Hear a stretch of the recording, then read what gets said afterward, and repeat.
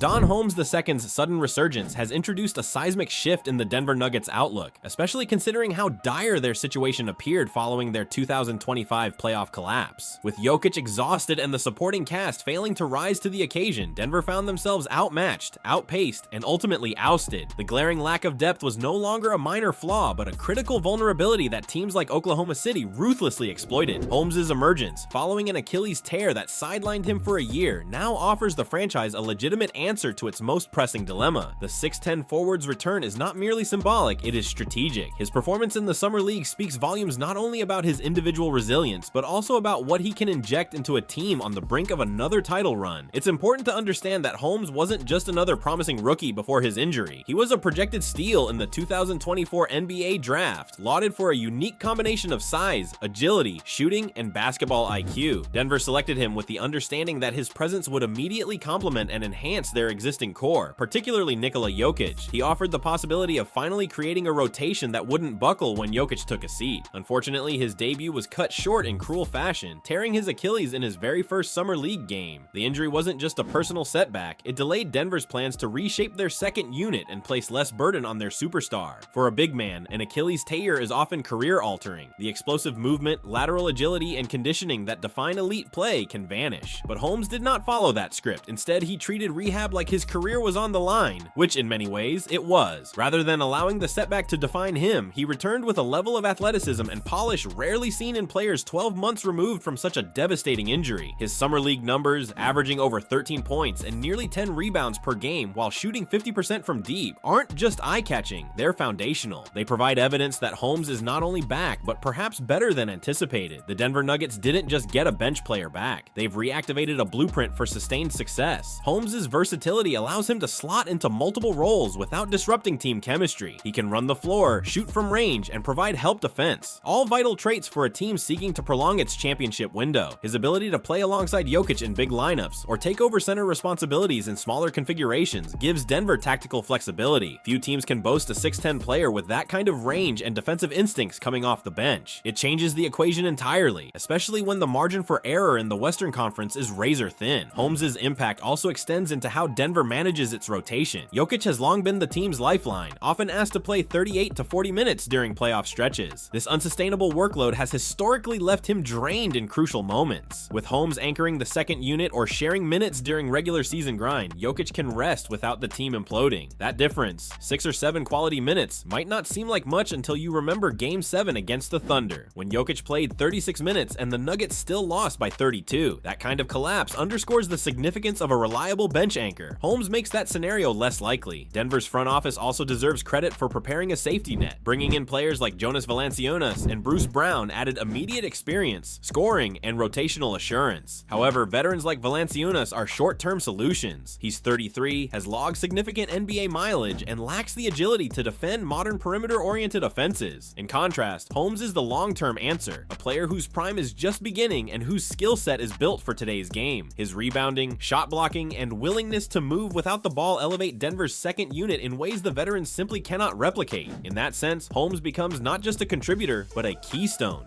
That keystone role also emerges in his ability to space the floor. Holmes' three-point shooting, especially for a big, creates immense offensive potential. Defenders can no longer sag off or clog lanes without leaving him wide open. This enhances Jokic's passing options and opens cutting lanes for other players. Teams that once packed the paint now have to defend the entire half-court, which in turn increases the effectiveness of Denver's offensive sets. That kind of spacing is invaluable. In a league where floor balance is king, Holmes adds an elite shooter's range to a roster already blessed with playmaking genius. Defensively, Holmes brings answers to questions Denver has long struggled to address. Since Jokic is not a traditional rim protector, Denver's backline has been porous at times, especially against explosive guards and wings who penetrate with ease. Holmes provides shot-blocking instincts and verticality. His college career, featuring over 2 blocks per game and record-setting defensive stats, foreshadowed his NBA-level potential. Now, seeing him contest shots, move laterally, and rotate without delay confirms that he's capable of anchoring the defense for stretches. It's a dimension that allows Denver to switch more freely, use more aggressive coverages, and even play with a higher tempo tempo in transition without defensive compromise. The energy Holmes brings is contagious. His hustle plays, second chance rebounds, and transition finishes inject momentum during dry spells. These aren't small details, they shift games. When a bench unit not only holds the line but generates energy, they swing momentum, rest starters, and stretch leads. Holmes does all of that while remaining efficient and composed. He's not trying to overextend his role or play hero ball. Instead, he integrates seamlessly, hitting open shots, defending his assignment, and making the right reads. That kind of basketball IQ is rare in young players, and rarer still in those who've missed an entire year due to injury. What makes Holmes even more valuable is how he enables strategic experimentation. Coaches can now mix and match rotations without sacrificing cohesion. Need a switch-heavy lineup? Holmes can guard perimeter players. Want a double big setup to dominate the glass? Pair him with Jokic. Want to run a 5-out offense? Holmes stretches to the corner or top of the key, drawing bigs away from the rim. Need to counter an opponent's small ball unit? Holmes can play center while maintaining floor spacing. That level of versatility is not just luxury, it's the kind of tool coaches crave when playoff series become battles of counter moves and mismatches. And the timing could not be better. The Western Conference is stacked. From Dallas to Phoenix to Oklahoma City, teams have built rotations that run 10 players deep. It's no longer enough to rely on stars alone. Depth wins championships now. Denver learned that lesson the hard way when their bench was outscored by double digits consistently in the playoffs. With Holmes stepping into the fold, that narrative could change dramatically. Suddenly, Denver's rotation doesn't drop off a cliff when Jokic or Gordon sits. Suddenly, those 8-minute stretches become neutral or even positive. That's how title teams are built, not just on superstars, but on contributors who maximize their roles. Holmes also addresses Denver's future. While current moves like the Valanciunas and Hardaway signings help in the short term, they are stopgaps. Holmes, at just 22, gives the Nuggets a scalable asset. He can develop alongside Jamal Murray and Jokic while evolving into a player who can take on bigger responsibilities down the line. His contract is cost-controlled, giving Denver more flexibility in future free agency periods. In a salary cap league, value contracts are gold, and Holmes has the potential to be one of the best. If he provides even moderate production off the bench, he becomes one of the NBA's most efficient investments. The statistical output might not blow anyone away at first, perhaps 8 to 10 points, 5 to 7 rebounds, and a block per game in 15 to 20 minutes, but it's not about box scores alone, it's about impact per minute. The way he affects floor spacing, helps defensively, and contributes in transition all add up. Coaches don't just want stats, they want reliability. Can this player execute his role without hurting the team? Can he stay within the system and provide consistent energy? Holmes answers those questions affirmatively, and in doing so, redefines what Denver's bench can be.